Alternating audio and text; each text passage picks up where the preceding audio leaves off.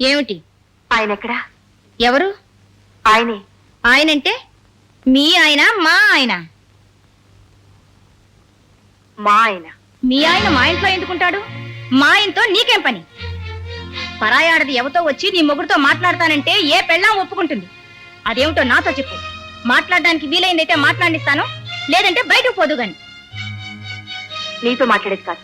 నాతో మాట్లాడేది కానప్పుడు నా ఇంటికి రావాల్సిన అవసరం లేదు. నా గుమ్మం తొక్కడానికి సిగ్గుండాలి. చూడు, నువ్వు ఆడదాన్ని, నేను ఆడదాన్ని.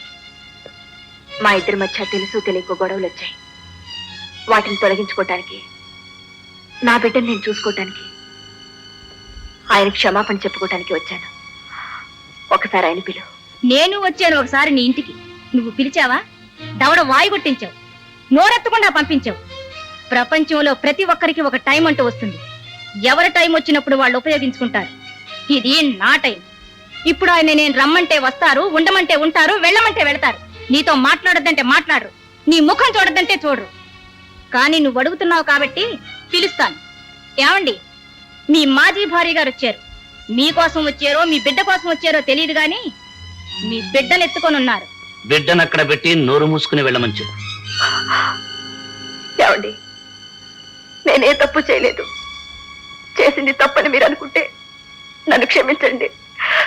నేను ఎక్కడికి వెళ్ళను, ఎక్కడికి వెళ్ళలేను. నువ్వెక్కడికి వెళ్ళలేవు, కానీ నేను ఎక్కడికి వెళ్ళాలో అక్కడికే వచ్చేసాను. నా ఇంట్లోనూ నా గుండెల్లోనూ ఒకళ్ళకే చోటుంది. అది ఖాళీ అయినప్పుడు మిమ్మల్ని కలుసుకోవడానికి ప్రయత్నిస్తాను. వెళ్ళు. ఏమండి, మర్యాదగా వెళితే చాలా మంచిది. లేకపోతే ఆవిడ సంగతి తెలుసుగా, మెడపట్టి బయటికి గింటేస్తుంది.